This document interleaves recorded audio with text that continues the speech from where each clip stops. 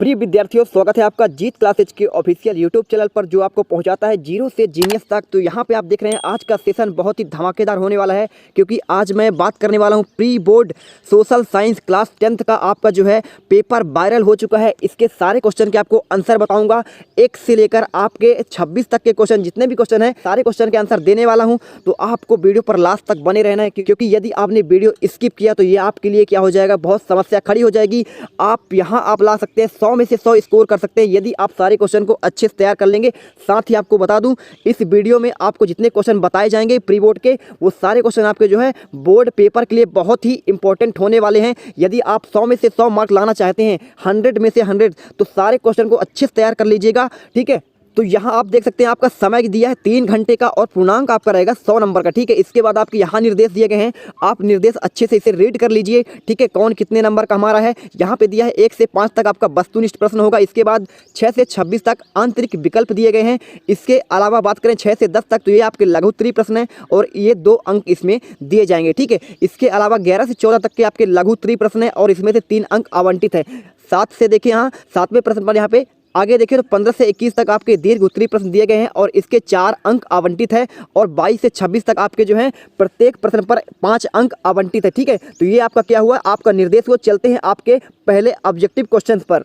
इसके अलावा बात करें तो 22 प्रश्न आपका क्या है, आपको भारत के रेखा मानचित्र पर क्या है दर्शाना है, आपको स्थान दिया जाएगा उसको आपको दर्शाना है, ठीक है। तो यहाँ आपके टोटल 26 क्वेश्चन हैं, तो सारे क्वेश्चन के सॉल्यूशन जानेंगे। तो देखिए, पहला क्वेश्चन हमारा सही विकल्प चुनकर लिखना है। तो भारत का 90% रबर उत्पादक राज्य कौन सा है, तो आप जानते हैं इसका राइट आंसर आपका केरल हो जाएगा, ठीक है। सेकंड क्वेश्चन में आपका लिखा है हड़प नीति किस गवर्नर जनरल ने चलाई थी, तो आप इसका आंसर जानते होंगे, लॉर्ड डलहौजी इसका आंसर हो जाएगा। थर्ड क्वेश्चन चलते हैं, आपका लिखा है जलिया बाग कहाँ है, तो आप जानते हैं ये आपका अमृतसर पे है, ठीक है। चौथा क्वेश्चन देख लीजिए, नागरिक के मूल अधिकारियों का रक्षक कौन होता है, तो हमारे नागरिकों का मूल अधिकारियों का रक्षक कौन होता है, न्यायपालिका होता है, ठीक है। दोस्तों, आपसे एक रिक्वेस्ट है, यदि आप मेरे चैनल पर पहली बार विजिट कर रहे हो तो चैनल को सब्सक्राइब कर लीजिए, क्योंकि आगे भी अभी सभी सब्जेक्ट में जो है वीडियो अपलोड करने वाला हूँ। ऑलरेडी मैं हिंदी का जो है सारा सोल्यूशन 1 से लेकर 28 तक का सभी क्वेश्चन का जो है पेपर का सोल्यूशन दे चुका हूँ। तो वीडियो के डिस्क्रिप्शन लिंक पर जाइए, वहाँ उसका आपको लिंक मिल जाएगा और सारा क्वेश्चन आप देख लीजिए और अच्छे से उसे तैयार कर लीजिए, यदि आप 100 में से 100 नंबर पाना चाहते हैं। तो देखिए, 5वां क्वेश्चन आपका यहाँ पे लिखा हुआ है, निम्न में से कौन सा भारत में जनसंख्या विस्फोट का कारण है, तो ये आपका कारण कौन सा हो जाएगा, हमारा डी नंबर, शिक्षा का अभाव, ठीक है। चलते हैं प्रश्न क्रमांक 2 पर। पहला क्वेश्चन आपका दिया है उग्र राष्ट्रवाद के जनक कौन है, तो आप इसका आंसर जानते हैं, बाल गंगाधर तिलक इसका राइट आंसर हो जाएगा। इसके बाद सेकंड में आपको देखते हैं, भारत में मताधिकार की आयु कितनी है, तो आप जानते हैं, बहुत अच्छे से जानते होंगे, 18 वर्ष है। प्राचीन काल में भारत को क्या कहा जाता था, तो ये भी आप जानते होंगे, बचपन से आप पढ़ते आ रहे होंगे, क्लास 6 से सामाजिक विज्ञान में सोने की चिड़िया कहा जाता है, ठीक है। तो आई होप आपको वीडियो अच्छी लग रही हो, तो वीडियो को आपको दिल से लाइक करना है और चैनल को सब्सक्राइब कर लेना है, ठीक है। चौथे क्वेश्चन पर देखिए, आर्थिक विकास एक क्या है, तो ये एक अनवरत प्रक्रिया है। इसे आप चाहें तो ऐसा भी लिख सकते हैं, आपकी पुस्तक में लिखा हुआ है निरंतर चलने वाली प्रक्रिया, तो इसे हम अनवरत भी लिख सकते हैं। इसके बाद देखिए, आपका अगला क्या है, आपका 5वां है, दूरसंचार के माध्यम से वस्तुओं का क्रय विक्रय करना क्या कहलाता है, तो ये आपका कहलाता है टेली मार्केटिंग, ठीक है। सारा क्वेश्चन का आप आंसर जो है स्क्रीनशॉट कर लीजिए और अपने कॉपी पर लिख लीजिए। चलते हैं प्रश्न क्रमांक 3 पर। यहाँ पे आपका एक शब्द या एक वाक्य में उत्तर देना है। तो देखिए, पहला क्वेश्चन क्या है, किसी एक राज्य का नाम लिखिए जहाँ औसतन 5 वर्ष में एक बार सूखा पड़ता है, ठीक है। तो साथियों, इसका आंसर आपका हो जाएगा, बता दें आपको कि पश्चिम बंगाल, मध्य प्रदेश, आंध्र प्रदेश, महाराष्ट्र और केरल, बिहार में जो है यहाँ जो है औसतन 5 वर्ष में आपका जो है सूखा पड़ता है। तो आपको इसमें से कोई भी लिख देना है। यदि बात करें 4 वर्ष की, तो कर्नाटक और उत्तर प्रदेश में प्रति 4 वर्ष में क्या है आपका सूखा पड़ता है। ये आपके क्लास 9 के सामाजिक विज्ञान के बुक में लिखा हुआ है, ठीक है। इसके बाद बात करें गुजरात, पंजाब, तमिलनाडु और तेलंगाना में जो है औसतन जो है 3 वर्ष में आपको क्या है सूखा पड़ता है। तो ये आपका आंसर हो गया। सेकंड क्वेश्चन में यहाँ देखिए, किसका बलिदान प्रथम स्वतंत्रता संग्राम में पहली आहुति थी, तो आपको इसका आंसर जानते हैं, मंगल पांडे वो व्यक्ति थे, ठीक है।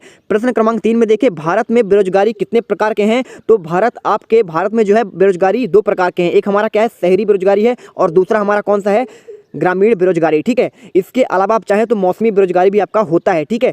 चलते हैं, अगला क्या है, चौथे क्वेश्चन में आपका लिखा है, राष्ट्रीय आय की गणना में एक वस्तु का मूल्य कितना बार गिना जाता है, तो आप जानते हैं 1 बार ही गिना जाता है, ठीक है। 5वां क्वेश्चन यहाँ पे देखिए, सूचना का अधिकार भारत सरकार के द्वारा किस वर्ष बनाया गया, ठीक है। तो आपको इसका आंसर लिख देना, सन 2005 में जो है आपका सूचना का अधिकार दिया गया नागरिकों को, ठीक है। अब आ चुके हैं हम सही जोड़ी बनाइए प्रश्न क्रमांक 4 में। यहाँ पे आपका देखिए पहला आपका ऑप्शन लिखा है भू शिखर सम्मेलन कहाँ है।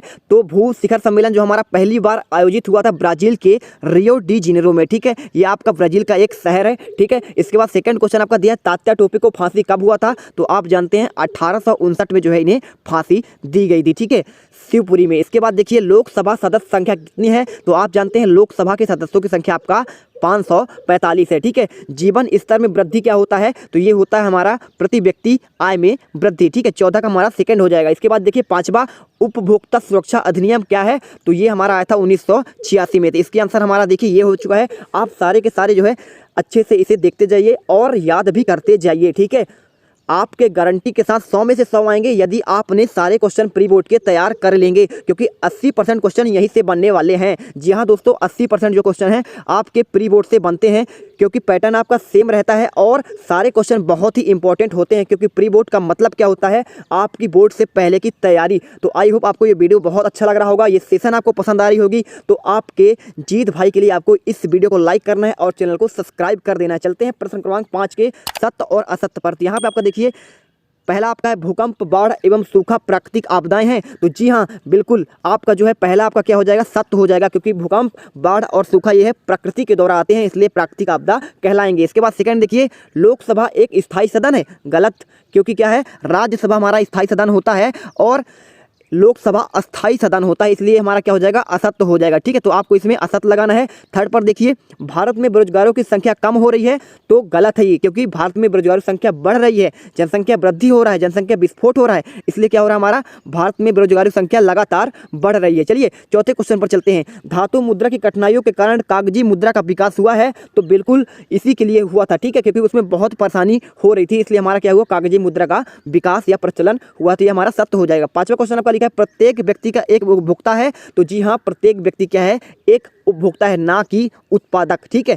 तो ये आपको याद करना है, क्योंकि हर व्यक्ति जो है किसान नहीं है, इसलिए वो उत्पादक नहीं हो सकता है, उपभोक्ता जरूर हो सकता है। हर व्यक्ति जो है उपभोग करता है वस्तुओं का, ठीक है। तो यहाँ आप देखिए आपका पूरे 25 नंबर के ऑब्जेक्टिव समाप्त होते हैं। तो आपको मैं बता दूं इस वीडियो में आपको जो है मात्र मैं आपको ऑब्जेक्टिव कराने वाला हूं, क्योंकि नेक्स्ट वीडियो आपको जो बनाऊंगा उसमें आपके 1 से लेकर 26 क्वेश्चन के सारे प्रश्न के उत्तर वैसे ही आपको लिख के दूंगा जैसे आपको परीक्षा में, जो कोई बोर्ड परीक्षा आपका है। तो आपको ये भी बताना है कि आपको यदि टॉपर बनना है, 100 में से 100 लाना, तो आपको लिखना कैसे है। इसके लिए मैं बहुत ही प्यारी राइटिंग से आपको ऐसा लिख के दूंगा कि जिससे आपका जो है कॉन्फिडेंस लेवल बढ़ जाएगा। आप ये भी जानेंगे कि आपको बोर्ड परीक्षा में कैसे पेपर लिखा जाता है। तो देखिए प्रश्न क्रमांक 6 से आप जो है इसका पूरा स्क्रीनशॉट कर लीजिए और हो सके तो आप इसका आंसर अभी से याद कर लीजिए, ठीक है। चलते हैं अगला दिखाते हैं आपको। तो दोस्तों यहाँ से देखिए प्रश्न क्रमांक हमारा 6 है, किस मिट्टी में पोटास और चूना अधिक मात्रा में पाया जाता है। और अथवा क्वेश्चन है जल के कितने स्रोत होते हैं। प्रश्न क्रमांक 7 देखिए सड़क दुर्घटना से बचने के 2 उपाय लिखना है, महामारी से बचने के 2 उपाय लिखना है, ठीक है। अब देखिए ये सब 2-2 अंक के क्वेश्चन है, तो आपको अधिकतम 30 शब्दों में ही लिखना है, ज़्यादा नहीं लिखना है, ठीक है। उतना ही बोर्ड के पेपर में लिखा जाता है जितना आपको मांगा जाता है। अधिक लिखने से आपको एक भी ज़्यादा नंबर नहीं दिए जाएंगे और इससे आपका क्या है, समय भी नष्ट होता है। प्रश्न क्रमांक 8 में देखिए भारत के राष्ट्रपति का चुनाव कैसे होता है। अथवा में आपका क्वेश्चन है राज्यपाल को पद की शपथ कौन दिलाता है, यह आपका क्वेश्चन है। इसके बाद प्रश्न क्रमांक 9 में देखिए उस भारतीय अर्थशास्त्री का नाम लिखिए जिसे नोबेल पुरस्कार सम्मानित किया गया है। तो आप जानते हैं अमर्त्य सेन इनका नाम है। अथवा में आपका क्वेश्चन है किन्हीं 2 विकसित देशों के आपको नाम लिखना है। 10वां नंबर देखिए उपभोक्ता शोषण के 2 प्रकार लिखिए। अथवा में आपका क्वेश्चन है किन उत्पादों पर एक एग मार्क चिन्हित किया जाता है। इसके अलावा देखिए प्रश्न क्रमांक 11 पर लौह खनिज कितने प्रकार का होता है। अथवा में है भारत में तांबा उत्पादक क्षेत्रों के नाम लिखिए। 12वां क्वेश्चन आपका दिया है बेरोजगारी को दूर करने के 3 उपाय लिखना है और जनसंख्या विस्फोट के 3 प्रभाव आपको लिखना है। तो देखिए ये आपका 6 से लेकर 12 तक हो गया। सारे क्वेश्चन के आप स्क्रीनशॉट करिए और लिखने का प्रयास करिए। यदि आपको नहीं मिलता है तो मैं अभी जो है शाम तक ये वीडियो आपको उपलब्ध करा दूंगा, ठीक है, टोटल हल के साथ। प्रश्न क्रमांक 13 से यहाँ आपका क्वेश्चन और आंसर देखिए। प्रश्न क्रमांक 13 से आपका यहाँ क्वेश्चन है प्रजातंत्र की सफलता में बाधक 3 तत्वों के नाम लिखना है। भारत में बेरोजगारी के 3 कारण लिखिए।